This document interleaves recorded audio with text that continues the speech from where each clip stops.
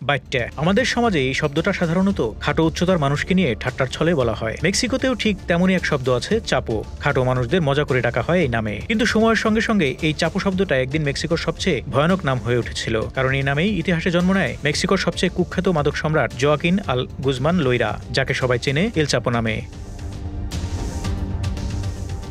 1957 সালের 4 এপ্রিল মেক্সিকোর সিনালোয়া অঞ্চলের এক দরিদ্র কৃষক পরিবারে জন্ম নেন এল চাপো। তার শৈশব ছিল কষ্ট আর নির্যাতনে ভরা। বাবা ছিলেন একজন ছোটখাটো আফিম চাষী, যিনি ছেলেকে নিয়মিত মারধর করতেন।